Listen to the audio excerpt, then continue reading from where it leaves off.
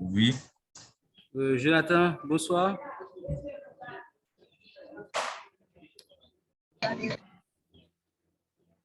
Jonathan, ça va? ça va. Ok, bien, merci. De toute façon, on doit démarrer. Aujourd'hui, il y a un problème d'énergie vraiment grave, problème d'énergie. Euh, je n'ai, j'ai euh, un peu de charge sur mon ordi. Mon portable est déchargé. D'ailleurs, vous pouvez le constater. J'ai annoncé une séance collective. C'est vraiment tard. J'ai effectué cette annonce un peu tard parce qu'il y avait un problème de charge. Euh, Ce problème est difficile à surmonter pour le moment. Euh, j'ai vite compris la nécessité de réaliser une séance collective. C'est une séance qui va constituer un rappel pour vous, les élèves du NS2, et c'est initiation pour les élèves du NS1, parce que ça concerne l'étude de textes littéraires. Comment procéder afin d'étudier un texte littéraire, l'étude d'un texte littéraire. Bon, on va démarrer parce que je dois terminer beaucoup plus tôt que possible afin de ne... oh là là, il y a un problème depuis... il y a un problème, ce problème, et c'est pas vraiment résolu. Et il y a un nouveau qui n'arrive jamais à nous rejoindre, malheureusement, c'est Exantus. Et est-ce que ça arrive déjà que Exantus participe à une séance? Hans. Hans, Oui, oui, Exantus a déjà participé à une séance? oui, il était avec nous dans la science et je crois informatique cet Ok. après-midi. Le problème pour moi, c'est que on dirait que Exantus n'arrive jamais à retrouver la réunion malgré il a les informations qui concernent la réunion, mais il n'arrive jamais à nous rejoindre, malheureusement. Je vais essayer, j'essaie de l'envoyer les informations en privé encore une fois. J'espère que ça va permettre de résoudre le problème parce que j'aimerais qu'il ait la possibilité de suivre cette séance ce soir. Naftali, bonsoir. Ça va?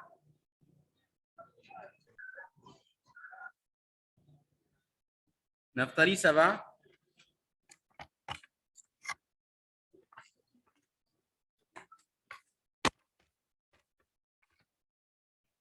Ah, bon, et Naftali, Naftali est là, mais on dirait que il y a un problème. Est-ce que c'est problème d'Internet? Est-ce que c'est problème de micro? C'est quoi le problème, Naftali?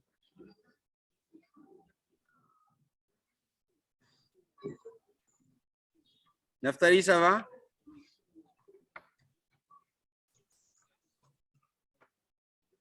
Naftali? Ah, on dirait que c'est un problème d'Internet, malheureusement. OK, essayons de démarrer. Et aujourd'hui, nous allons voir et la versification, c'est à rappeler que c'est un rappel, c'est un rappel pour vous, les élèves du NS2. La versification, comment peut-on définir versification?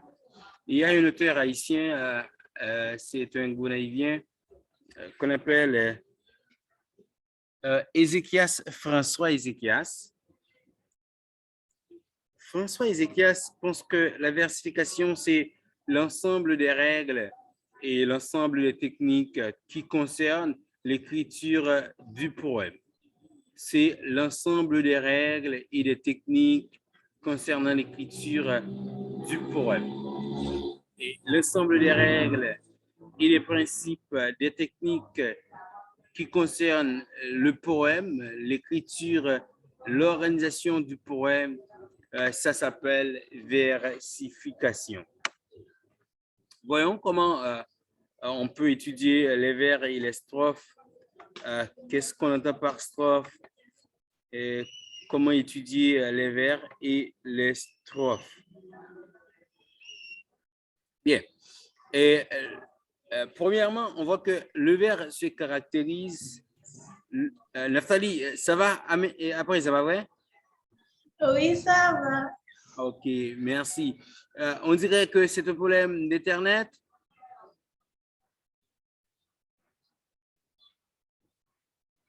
Non, c'était un problème de son. Ah, OK, problème de son. OK, Dieu merci, c'est résolu. OK, et on dit que le vers se caractérise par le nombre précis de syllabes. Le syllabe, c'est le son, c'est l'étude des sons, et ces syllabes sont organisées selon un rythme particulier et par la rime qui lie à d'autres vers. Et la rime, c'est surtout le son final qui est commun entre deux vers. Et le vers dans un texte poétique, c'est la phrase. C'est pas vraiment la phrase, c'est la ligne. Chaque ligne constitue un vers. Chaque ligne. Parce que ça peut arriver que ça peut arriver une phrase qu'on prend deux vers, c'est-à-dire une seule phrase et prend deux phrases, mais deux lignes. Et à partir de là, on dit qu'il y a deux vers, mais c'est la même phrase. Le vers commence toujours par une lettre majuscule. À chaque ligne, la phrase, le vers débute par une lettre majuscule. C'est pourquoi dans les textes poétiques, comme vous le saviez et comme nous aurons à le voir, et chaque vers doit débuter, chaque vers doit débuter avec une lettre majuscule.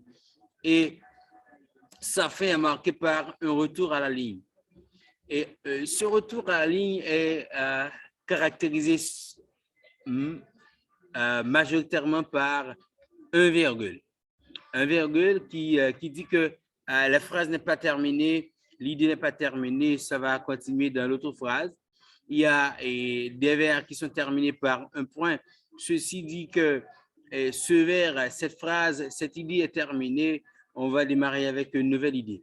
Mais souvent de fois, ce n'est pas un point, c'est un virgule qui annonce la continuité dans le vers suivant, on va dans les vers suivants. Et chaque vers est constitué de syllabes. Le strophe est constitué de vers, ok? Le strophe est constitué de vers, le vers est constitué de syllabes. On verra ça un peu plus loin à chaque strophe. Le nombre de vers, c'est un élément important pour le strophe. Et c'est ainsi aussi le nombre de syllabes est important pour chaque vers. Voyons comment on désigne couramment,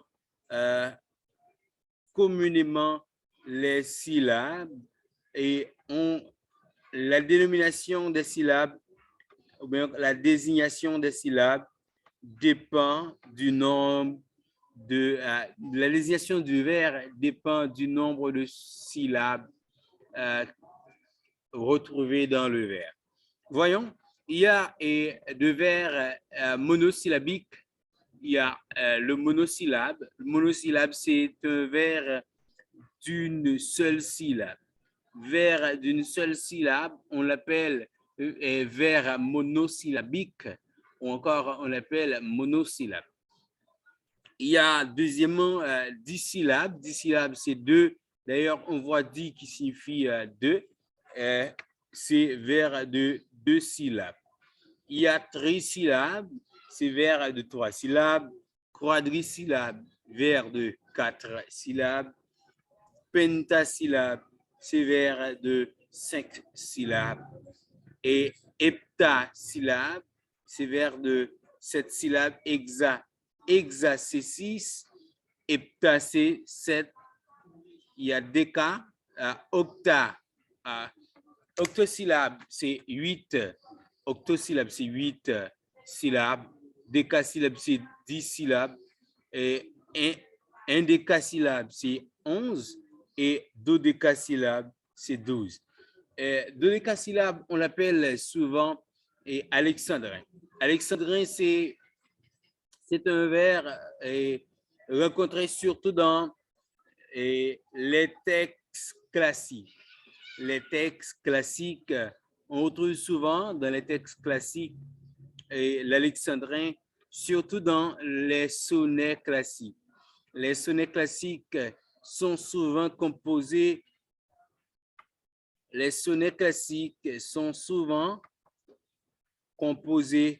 de dodécasyllabes, c'est-à-dire de alexandrin. Vous allez m'excuser, j'ai éteint le caméra parce qu'il y a un problème d'éclairage qui n'est pas vraiment correct. Et je crois que ce n'est pas vraiment nécessaire de laisser allumer le caméra. OK. Mais comment compter les syllabes à travers les vers? Comment compter les syllabes à travers les vers? Et on parle de syllabes, on parle aussi de vers, de mètres. Le nombre de syllabes, c'est le nombre de mètres. À rappeler que le syllabe, c'est le nombre de sons, c'est le son. OK? Et bien. Et pour mesurer un vers, il faut compter les syllabes. Il faut compter les syllabes, c'est les mètres prononcés, les syllabes prononcées. Et il y a 3 particularités. Premièrement, dans un vers où on lit la syllabe qui se termine par un muet, si cette syllabe est suivie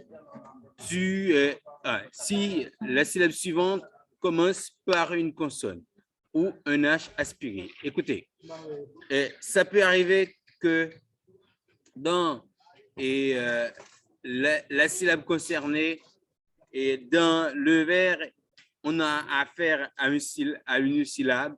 Cette syllabe se termine par un E muet et ce E muet est suivi d'une voyelle. Lorsque le E muet est suivi d'une voyelle, on ne peut pas compter ce E et le muet. Le muet n'est pas compté, n'est pas comptabilisé. Mais lorsque le E muet est suivi d'une consonne ou d'un H aspiré, c'est compté. On doit compter ce son. Le son est compté, le son est comptabilisé. Et OK. Mais écoutez, si on a affaire à un H aspiré après le E muet, on doit compter le son. Mais si le H est muet et le E est considéré comme un E muet et la syllabe n'est pas comptabilisée. Et ça peut arriver aussi, que,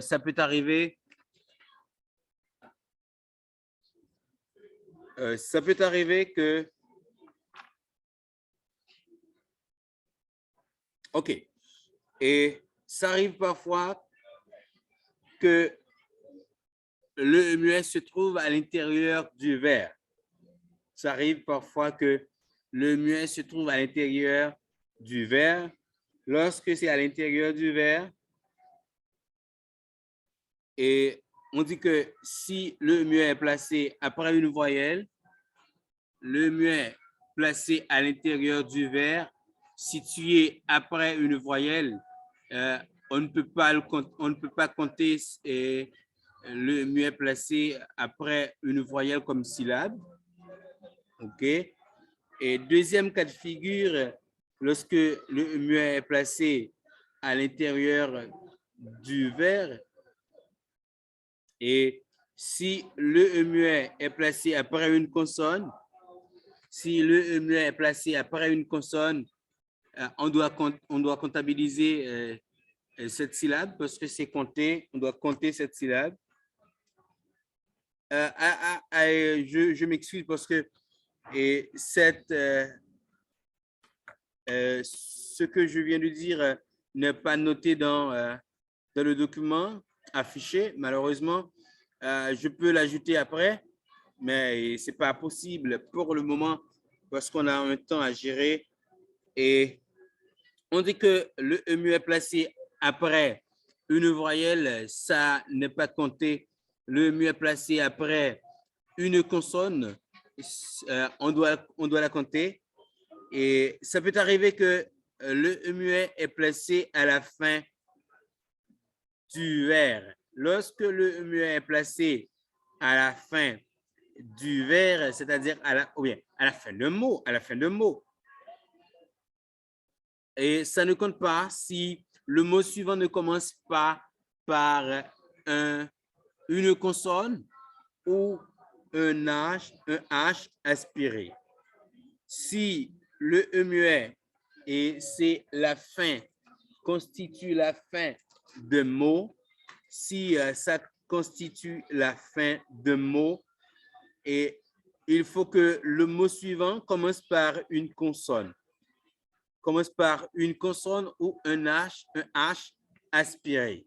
Dans le cas contraire, si le mot suivant commence par une voyelle, le muet est considéré comme muet et ça ne peut pas être comptabilisé. Et écoutez, ça peut arriver aussi que, oh là là, on vient de m'annoncer qu'il y a eu une sorte d'instabilité concernant mon Internet. J'espère que ça ne va pas poser de problème afin que la séance puisse faire son chemin. OK. Et lorsque le muet se place à la fin du vers, et le muet ne compte pas, même s'il est terminé, même s'il est suivi par un S. Imaginez un mot qui est au pluriel et qui devait terminer par E, mais la présence du pluriel exige la présence de S final et malgré la présence de l'S final et le muet reste muet, ça n'est pas comptabilisé. OK. Et essayons de voir maintenant ce qu'on appelle la diérèse. La diérèse, et comment peut-on définir la diérèse? La diérèse, c'est le fait de lire deux sons groupés de façon séparée comme deux syllabes. Et deux sons groupés comme s'il s'agissait de deux syllabes. Un exemple, il y a million, million, million. Il y a million, million, million. Million, ça sonne comme deux syllabes, excusez-moi. Mais le fait de séparer un son, deux sons qui sont groupés afin de constituer deux syllabes, on appelle ce phénomène diérèse. Million, ça sonne comme s'il s'agissait de deux syllabes, mais c'est au contraire trois syllabes. Eh bien, séparer deux sons groupés afin de constituer deux syllabes. Ce phénomène, cette action s'appelle diérèse. Deuxièmement, il y a synérèse. Synérèse, c'est aussi un phénomène, un fait, c'est le fait de lire deux sons qui ont l'habitude d'être prononcés séparément, qui se lisent en une seule syllabe. Deux sons qui ont l'habitude d'être prononcés séparément, mais qui se lisent en une seule syllabe. Lion, lion, une seule syllabe. Mais on voit lion, lion. C'est-à-dire, on dirait que c'est deux syllabes, mais ces deux sons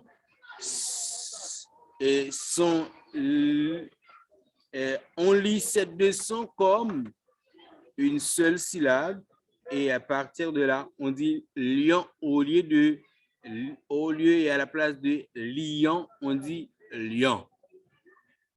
OK. Et